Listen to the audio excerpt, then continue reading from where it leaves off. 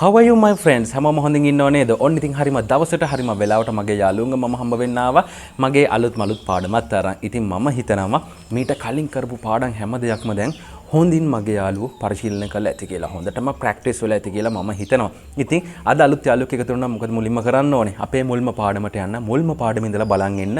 නැත්නම් එකපාරට අලුත් යාළුවෙක් මේ පාඩම, ඒ කියන්නේ මේ දැන් කරන පාඩම බැලුවා කියලා කෙලිම ඔලුවට යන්නේ නැහැ. කොහොමද අපි මේ ස්පෝකන් ඉංග්‍රීසි වැඩසටහන මුල ඉඳන් පිළිවෙලට කරන් ආවේ කියලා. ඒකින්ද මුල ඉඳන් එකතු වෙන්න. ඉතින් ඔය මතක් කිරීම කලේ අද එකතු වෙන මගේ අලුත් යාළුවන්ට. ඉතින් ඒ වගේම කාට හරි ග්‍රැමර් ඉගෙන ගන්න ඕන නම් අපිට ඒකට වෙනම channel එකක් තියෙනවා. Real Start Vlogs. අනිවාර්යයෙන්ම මගේ පරණ ග්‍රැමර් පාඩම් ටික අන්නේ channel එකේ තමයි තියෙන්නේ. ඒකට ගිහිල්ලා ඉතින් Tamanට ග්‍රැමර් ඉගෙන ගන්න ආසාවක් තියෙනවා නම් අන්නේ ග්‍රැමර් ටික ඉගෙන ගන්න පුළුවන්. හැබැයි එකක් මතක තියාගන්න මේ ග්‍රැමර් කියන දේවල් ඕනේ නැහැ ස්පෝකන් ඉංග්‍රීසි වලට. ඉතින් මේ කරන් යන්නේ අපි ස්පෝකන් ඉංග්‍රීසි අවුරුද්දෙන් හදාගන්නේ කොහොමද කියන වැඩසටහන. නමුත් අර ග්‍රැමර් එකක් හදලා තිනවා. මම ග්‍රැමර් වලට වෙනම channel එකක් හදලා තිනවා. මොකද අර විභාග වලට, ඒ කියන්නේ මොන හරි විශේෂ විභාග වලට මොන හරි විශේෂ අවශ්‍යතා සඳහා, ඒ කියන්නේ ග්‍රැමර්, ඒ කියන්නේ ව්‍යාකරණ කියන දේවල්, ඉංග්‍රීසි ව්‍යාකරණ කියන දේවල් අවශ්‍ය වෙන මගේ යාළුවෝ ඉන්නවා. ඉතින් එයාලට තමයි ඒ channel එක හදලා තියෙන්නේ. නැතුව මේ ස්පෝකන් ඉංග්‍රීසි, ඒ කියන්නේ ඉංග්‍රීසි කතන ඉගෙන ගන්න මේ ග්‍රැමර් ටික ඉගෙන ගන්න ඉන්න ඕනේ නැහැ. ඒක හොඳටම ඔළුවේ තියාගන්න ඕනේ. ඉතින් ඒ channel එකට යන්න අවශ්‍යතාවයක් තියෙනවා නම් අනිවාර්යයෙන්ම ඒ channel එකෙන් ලොකු දැනුමක් මගේ යාළුවන්ට ලබා ගන්න පුළුවන්. ඒ වගේම තමන්ගේ පුංචි දුවට පුතාට ඉංග්‍රීසි කතනේ තමන්ටම ගෙදර ඉඳන් උගන්වන්න ඕන මගේ නංගි කරන අනිත් channel එක තියෙනවා Real Start Kids. අනිවාර්යයෙන් මේ channel එකකට ගිහලා තමන්ගේ පුංචි දුවට පුතාට ගෙදර ඉඳන්ම තමන්ටම පුළුවන් ඉංග්‍රීසි කතනේ කියලා දෙන්න. ඉතින් මේ හැම උපදෙසක්ම ඒ channel එකෙන් අපි අපේ යාළුවන්ට ලබා දෙනවා. ඉතින් ඔය හැම මතක් කිරීමක්ම කළේ මගේ හැම යාළුවෙක්ටම. ඉතින් අනිත් දේ තමයි තව පාඩම් දෙකක් තමයි අපේ මේ වැඩසටහන අවසන් කරන්න අපිට කරන්න තියෙන්නේ. ඒ කියන්නේ අද පාඩමත් එක්ක නම් පාඩම් තුනක් තියෙනවා. අද පාඩම නැතුව තව පාඩම් දෙකක් තමයි අපිට කරන්න ඉතුරු වෙලා තියෙන්නේ. මම හිතනවා ඉතින් මගේ යාළුවෝ හොඳටම මේවා පුරුදු වෙනම ඇති කියලා. ඉතින් සමහරක් කට්ටිය හිතනවා ඇති මේ ගිය දෙසැම්බර් පටන් ගත්ත මේ දෙසැම්බර් වල ඉවරුණා. කෝ අපිට බෑනේ ඉංග්‍රීසි තාම. ඉතින් මෙහෙමයි ඉංග්‍රීසි බෑ කියලා නෙමෙයි. Taman ප්‍රැක්ටිස් කරන්න ඕනේ. ගොඩක් කට්ටිය ඉන්නවා ඉංග්‍රීසි හදාගත්ත කට්ටිය. මට පෞද්ගලිකව ගොඩක් කට්ටිය කතා කරනවා මේ වැඩේ ගොඩක් හොඳයි. ඉතින් ඇත්තටම ගොඩක් හොඳයි Taman හරියට එක ප්‍රැක්ටිස් කරනවා නම් තේරෙනවා නේද? ඉතින් ඒකට අනිවාර්යයෙන්ම මම උදව් කරනවා.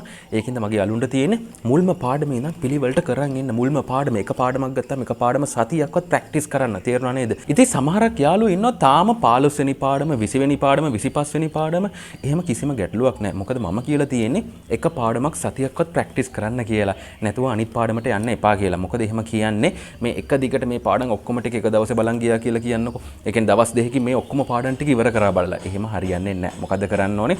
එක පාඩමක් සතියක් බලන්න අනිවාර්යයෙන්ම. සතියක් පුරුදු වෙන්න අනිවාර්යෙන්. කටපාඩම් නෙමෙයි පුරුදු වෙන්න කියලායි මම කියන්නේ. ඒ කියන්නේ තව යාළුවෙක් එක්ක වෙන්න පුළුවන්. නැත්තම් කවුරුත් නැත්තම් Tamanටම වෙන්න පුළුවන්. තමම ප්‍රශ්නේ අහගන්නවා, තමම උත්තරේ දෙනවා. ඉතින් අන්න ඒ වගේ තමයි කරන්න තියෙන්නේ. නැතුව මේ එක දවසෙන් දෙකෙන් මේ පාඩම් සෙට් එක බලලා තේරුමක් වෙන්නේ නැහැ. ඒකට කරන්න ඕනේ පිළිවෙලට කරන් යන්න. එතකොට අනිවාර්යයෙන්ම හොඳටම ඔළුවට දාගන්න පුළුවන්. ඉතින් මේ වැඩසටහන ඉවරුණා කියලා මම මේක නවත්තන්නේ නැහැ. ඉතින් මට වෙලාවක් තියෙන හැම වෙලාවකම අනිවාර්යෙන් මගේ යාළුවන්ට මම දන්න ඉංග්‍රීසි ටික කියලා දෙනවා මේ ඉංග්‍රීසි කතනේ වැඩි දියුණු කරගන්න. තේරුණා නේද? එහෙනම් දැන් අපිට මොකද්ද කරන්න තියෙන්නේ? දැන් තියෙන්නේ අද අපිට ඉගෙන ගන්න තියෙන අලුත් මලුත් වාක්‍ය ටික බලන එක. එහෙනම් බලමු මොනවද අද අපිට ඉගෙන ගන්න තියෙන අලුත් මලුත් වාක්‍ය ටික කියලා. බලමු එහෙනම් මොකද්ද මුල්ම වාක්‍ය කියලා. මුල්ම වාක්‍ය විදිහට තියෙන්නේ he has instructed all public institutions not to display the president's photograph and the photographs of politicians. බලන්නකො මේකේ තේරුම මොකද්ද කියලා. He has instruct කරනවා කියන උපදේශ දෙනවා කියන අදහස තේරුණා නේද? He has instructed, ඒ කියන්නේ instruct කරලා තියෙනවා කියන අදහස. instruct කළා කියන අදහස නෙමෙයි, instruct කරලා තියෙනවා කියන අදහස. කාටද? all public institutions. මේ institutions කියන්නේ ආයතන කියන එක. මේ public කියන්නේ රාජ්‍ය කියන අදහස. right? public institutions ඒ කියන්නේ රාජ්‍ය ආයතන වලට කියන අදහස. public institutions මොහොකටද මේ not to display කරන්න එපාලු, පෙන්වන්න එපා කියලා. ඒ කියන්නේ ප්‍රදර්ශනය කරන්න එපා කියලා. මොනවද? the president's photograph ඒ කියන්නේ ජනාධිපතිගේ පින්තූරය කියන අදහස. and photographs of politicians ඒ කියන්නේ මේ දේශපාලකයන්ගේ පින්තූර කියන අදහස. බලන්නකෝ අපහු. He has instructed all public institutions not to display the president's photograph and the photographs of politicians. ඉතින් මම හිතනවා ඔය වාක්‍ය මගේ ළඟට හොඳටම යන්නේ තියෙන මේ ෆොටෝග්‍රාෆ් කියන්නේ මොකද? පින්තූර කියන අදහස, ෆොටෝ එක කියන අදහස තේරෙනවා නේද? මේ රාජ්‍ය ආයතනවල ඒ කියන්නේ ජනාධිපතිගේ පින්තූර, ඒ වගේම දේශපාලකයන්ගේ පින්තූර පෙන්වන්න එපා කියලා ඔහු උපදෙස් දීලා තියෙනවලු. ඔහු ඉන්ස්ට්‍රක්ට් කළා තියෙනවා කියන අදහස තමයි මේකෙන් එන්නේ. මම හිතනවා මේ වාක්‍ය හොඳටම තේරෙන්නේ නැති කියලා. බලමු එහෙනම් ඊළඟ වාක්‍ය. ඊළඟට තියෙන්නේ Chairman of MTP Yasapala has decided to resign from his ministerial portfolio as well as from the party post as the chairman with immediate effect. බලන්නකො මොකද්ද මේකේ තේරුම කියලා. Chairman එකෙන් සභාපති කියන අදහස of MTP එකෙන් MTP එකෙන් පක්ෂයක් මගියලු දන්නවා. Chairman of MTP කියන්නේ MTP පක්ෂයේ සභාපති කියන අදහස. MTP Yasapala has decided තීරණය කළා තියෙනවා කියන අදහස. To resign ඉවත් වීමට මම මීට කලින් පාඩමෙත් කියලා දුන්නා. Has decided to resign අයින් වෙන්න ඒ කියන්නේ ඉල්ලා අස් වෙන්න කියන අදහස. resign කියන්නේ ඉල්ලා අස් වෙනවා කියන අදහස. From his ministerial portfolio ministerial කියන්නේ අමාත්‍ය කියන අදහස. portfolio කියන්නේ ධූරය අමාත්‍ය ධූරය යන්නේ වගේ අදහසක්. ministerial portfolio අමාත්‍ය ධූරය කියන අදහස. as well as ඒ වගේම from the party post එකෙන් පක්ෂ තනතුරින් කියන අදහස. post එකක් කියන්නේ මොකද තනතුර කියන අදහසනේ. party post party කියන්නේ පක්ෂය කියන අදහස මෙතන. party post පක්ෂ තනතුර කියන අදහස. as the chairman ඒ කියන්නේ මේ සභාපති ලෙස හිටපු post එක තනතුර කියන අදහස. with the immediate effect immediate effect කියන්නේ මොකද්ද මේ වහාම ක්‍රියාත්මක වන පරිදි කියන අදහස. with the immediate effect ඒ කියන්නේ වහාම ක්‍රියාත්මක වන පරිදි කියන අදහස. බලන්නකෝ අපහු chairman of MTP Yasapala has decided to resign from his ministerial portfolio as well as from the party post as the chairman with immediate effect. ඉතින් මම හිතනවා ඕකත් හොඳටම තේරෙන්නේ නැති කියලා මේක ඉගෙන ගන්න තිබෙන්නේ මොකද්ද මේ with immediate effect ඒ කියන්නේ වහාම ක්‍රියාත්මක වෙන පරිදි කියන අදහස. ඉතින් ඒ වගේම තව තිබ්බා ministerial portfolio ඒ කියන්නේ අමාත්‍ය ධූරය කියන අදහස. ඉතින් තව තියෙනවා resign වෙනවා කියන්නේ ඉල්ලාස් වෙනවා කියන එක. ඉතින් ඔන්න ඔය ටික තමයි මේක ඉගෙන ගන්න තිබෙන්නේ. මම හිතනවා මේ වාක්‍යයත් හොඳටම මගේ යාළුවන්ට තේරෙන්නේ නැති කියලා. බලමු එහෙනම් ඊළඟ වාක්‍ය මොකද්ද කියලා. Nearly 2500 mobile patrols and police road checks have been carried out throughout the country during this period. බලන්නකො මේක ගොඩක් සරල වාක්‍යයක්. Nearly 2500 ඒ කියන්නේ ආසන්න වශයෙන් කොච්චරද 2500ක් මොනවද? mobile patrols කියන්නේ මොනවද? මේ petrols කියන්නේ මොනවද? ඒ කියන්නේ මේ මුර සංචාර කියන අදහස. mobile ඒ කියන්නේ ජංගම මුර සංචාර කියන අදහස. and police road checks ඒ කියන්නේ checks ඒ කියන්නේ මේ පරීක්ෂා කිරීම කියන අදහස. checks ඒ කියන්නේ police road checks ඒ කියන්නේ මාර්ග පරීක්ෂා කිරීම කියන අදහස. have been carried out ක්‍රියාත්මක කළා තියනවලු throughout the country. throughout මේක මම මීට කලින් මගේ නුඹට කියලා දීලා තිනවා. throughout පුරාවට කියන්නේ පුරාම කියන අදහස. throughout the country රට පුරාම during this period ඒ කියන්නේ මේ කාලය අතරතුරදී ඒ කියන්නේ මේ period එක අතරතුරදී during අතරතුර කියන අදහස. හරිම හරි ලේසි බලන්නකෝ අපෝ. Nearly 2500 mobile patrols and police road checks have been carried out throughout the country during this period. ඒ කියන්නේ මේ කාලේ අතරතුරදී ඒ කියන්නේ මුර සංචාර ඒ වගේම මාර්ග පරීක්ෂා කිරීම කොච්චරද ආසන්න වශයෙන් 2500ක් ඒ කියන්නේ ක්‍රියාත්මක කරලා තියෙනවා කියන අදහස. ඔය වාක්‍යයත් හරිම හරි සරල වාක්‍යයක්. බලමු එහෙනම් ඊළඟ වාක්‍ය මොකක්ද කියලා. 20,000 ballot boxes were sealed and 3 policemen for each polling center will be deployed to provide security for the transfer of the boxes to the counting centers. බලන්නකෝ ආපහු 20,000 ballot boxes were sealed and 3 policemen for each polling center will be deployed to provide security for the transfer of the boxes to the counting centers. මේක බලන්නකො මොනවද ඉගෙන ගන්න තියෙන්නේ කියලා. 20,000 ballot boxes ඒ කියන්නේ ballot boxes කියන්නේ මොනවද මේ ඡන්ද පෙට්ටි කියන අදහස. 20,000 ballot boxes were sealed seal කරා කියන අදහස. were seal කරා මුද්‍රා තැබුවා කියන අදහස. and සහ 3 policemen ඒ කියන්නේ පොලිසිය 3 දෙනෙක් for each polling center එකක් කියන්නේ ඡන්ද මධ්‍යස්ථානයක් කියන අදහස. 3 policemen for each polling center ඒ කියන්නේ එක ඡන්ද මධ්‍යස්ථානට පොලිසිය 3 දෙනෙක් බැගින් කියන අදහස. 3 policemen for each polling center will be deployed යොදවාවි. deploy කරනවා කියන්නේ යොදවනවා කියන අදහස. will be deployed යොදවාවි to provide ලබා දීමට මොනවද? security ආරක්ෂාව for the transfer of the boxes to the counting centers. ඒ කියන්නේ counting centers කියන්නේ මොනවද? කියන්නේ ගණනය කිරීම මධ්‍යස්ථාන කියන අදහස. දැන් ballot boxes කියන්නේ ඡන්ද පෙට්ටි කියන අදහස. ballot paper කියන්නේ මොකද්ද? ballot paper කියන්නේ ඡන්ද පත්‍රිකාව කියන අදහස. ඊට පස්සේ තව තියෙනවා polling center ඒ කියන්නේ ඡන්ද මධ්‍යස්ථානය. ඒ වගේම to provide security ඒ කියන්නේ ආරක්ෂාව ලබා දීමට මොනවටද? for the transfer කරනවා කියන්නේ තැනකින් තැනකට යවනවා කියන අදහස.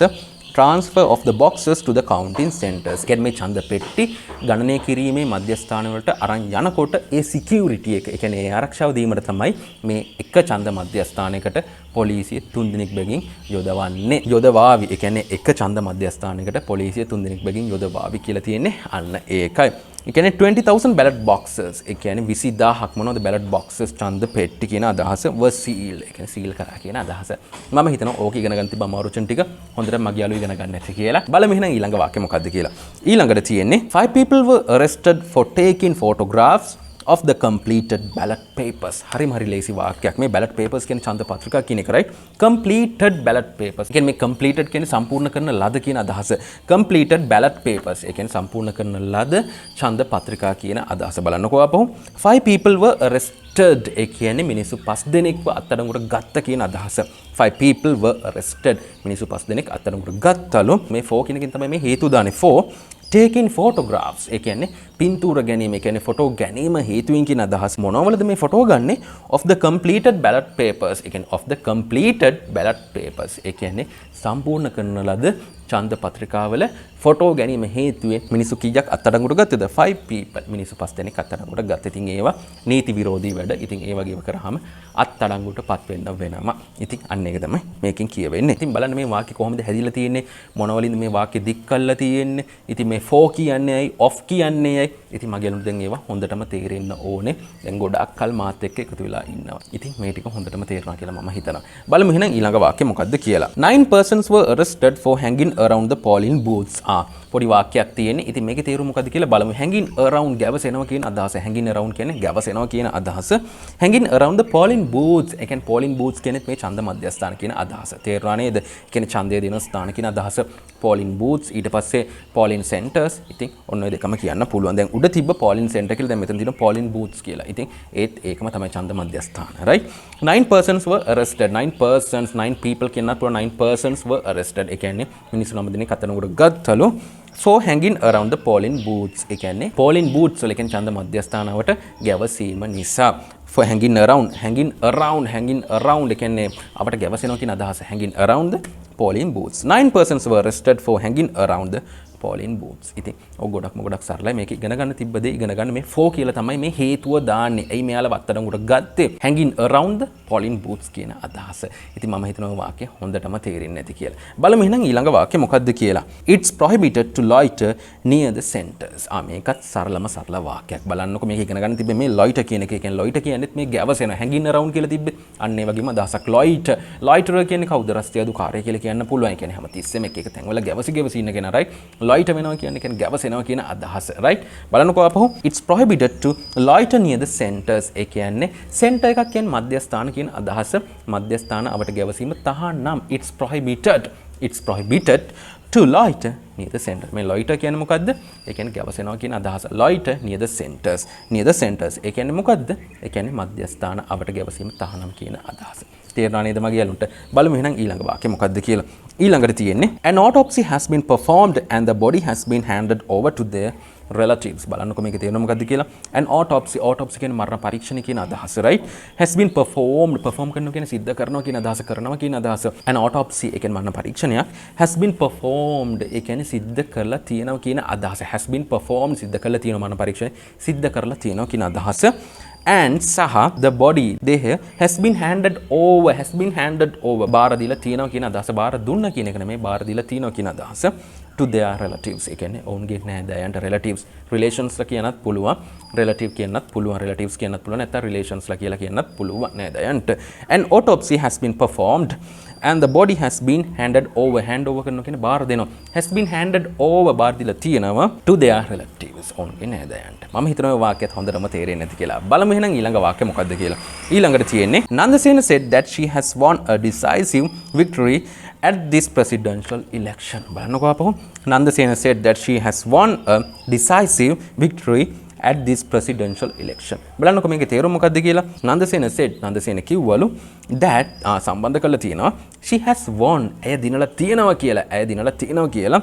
she has won කියන්නේ මේ win කියන්නේ මොකක්ද? දිනනවා කියන එක. she has won. won කියන්නේ මොකද්ද? she has won. ඒ කියන්නේ ඇය දිනලා තියෙනවා කියන අදහස. a decisive තීරණාත්මක නැත්තම් ස්ථීර අන්න ඒ වගේ අදහසක් එන්නේ මෙතන. ඒ කියන්නේ decisive කොහොමද pronounce කරන්නේ? decisive, right? decisive victory. victory කියන්නේ ජයග්‍රහණයක් කියන අදහස. මම මීට කලින් ඕන තරම් මේ වචන කියලා දීලා තියෙනවා. මොහොකින්ද මේ ජයග්‍රහණය කළා තියෙන්නේ? at this presidential election. ඒ කියන්නේ මේ ජනාධිපතිවරණයේදී at this presidential election. මේ ජනාධිපතිවරණයේදී ඒ කියන්නේ ඇය කොහොම ජයග්‍රහණයක් කළා තියෙනවද? ඒ කියන්නේ තීරණාත්මක decisive නැත්නම් ස්ථීර decisive victory. ඒ කියන්නේ තීරණාත්මක ජයග්‍රහණයක් නැත්නම් ස්ථීර ජයග්‍රහණයක්. ඔය දෙකටම මේ decisive කියන එක දාන්න පුළුවන්. decisive victory තේරුණා නේද මගේ යාළුවන්ට? බලන්නකෝ ආපහු. නන්දසේන කිව්වා that she has won ඇය දිනලා තියෙනවා කියලා a decisive victory at this presidential election. මොකද මේ presidential election කියන්නේ මීට කලින් ඕන තරම් මං කියලා දීලා තියෙනවා. ඒ කියන්නේ ජනාධිපතිවරණය, ජනාධිපති මැතිවරණය කියන්නේ සරලවම ජනාධිපතිවරණය කියන අදහස. right. මම හිතන වාක්‍යයත් හොඳටම තේරෙන්නේ නැති කියලා බලමු එහෙනම් අන්තිම වාක්‍යය මොකද්ද කියලා.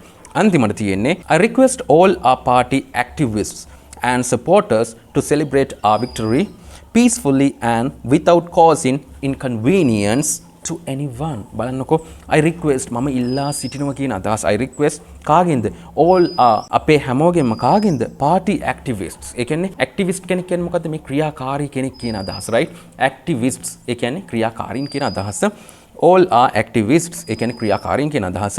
and supporters ඒ කියන්නේ ආධාරකරුවන් කියන අදහස. I request මම ඉල්ලා සිටිනවා all are party activists and supporters ආධාරකරුවන්. මේ activist කෙනෙක් කියන්නේ ක්‍රියාකාරී සමාජිකයෙක් කියන අදහස, right? මේකේ තියෙන්නේ activists කියලා. ඒ කියන්නේ ක්‍රියාකාරීන් කියන අදහස, supporters ආධාරකරුවන් to celebrate සමරන්න කියලා, right?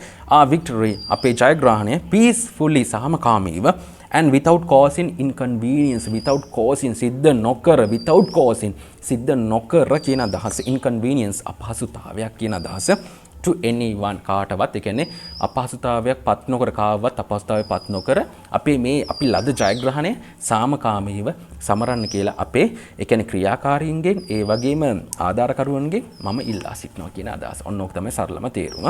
ඉතින් ওই තේරුම හදාගෙන දැන් මගේ යාළුවන්ට පුළුවන් පොතක උනත් ලියා ගන්න. මම සිංහල තේරුම දෙන්නේ නැහැ. ඒ කියන්නේ දැන්ටමත් දීලා තියෙන්නේ, මේ යටින් දාන්නේ නැහැ. ඉතින් බලන්නකෝ ආපහු එක සැරයක් වාක්‍ය.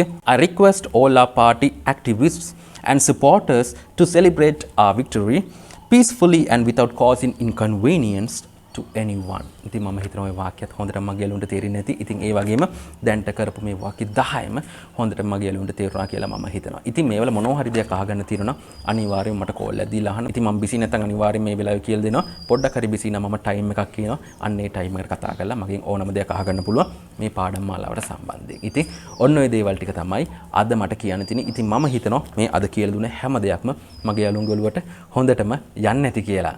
ඔය දේවල් ටික තමයි ඉතින් අද මගේ යාළුවන්ට මට කියන්න තියෙන්නේ. ඉක්මනින් අපි ඊළඟ පාඩමෙන් හම්බ වෙමු. හැබැයි ඊළඟ පාඩමෙන් හම්බ වෙන කලින් මගේ යාළුවෝ දැන්ට කරලා තියෙන මේ හැම පාඩමක්ම හොඳටම ඔළුවට දා ගන්න ඕනේ. ඒ කියන්නේ හොඳටම කට ඇරලා ප්‍රැක්ටිස් කරන්න full volume දාලා තව යාළුවෝ කට්ටියක් එක්ක නැත්නම් තමන්ගේ පවුලේ සමාජිකයන් එක්ක. එතකොට තමයි මේ හැමදේම ඔළුවට දා ගන්න පුළුවන්. එහෙනම් ඉක්මනින් අපි ඊළඟ පාඩමෙන් හම්බ වෙමු. හැබැයි ඊළඟ පාඩමෙන් හම්බ වෙනකන් මගේ හැම යාළුවෙක්ම ගොඩක් පරිස්සමින් ඉන්න ඕනේ.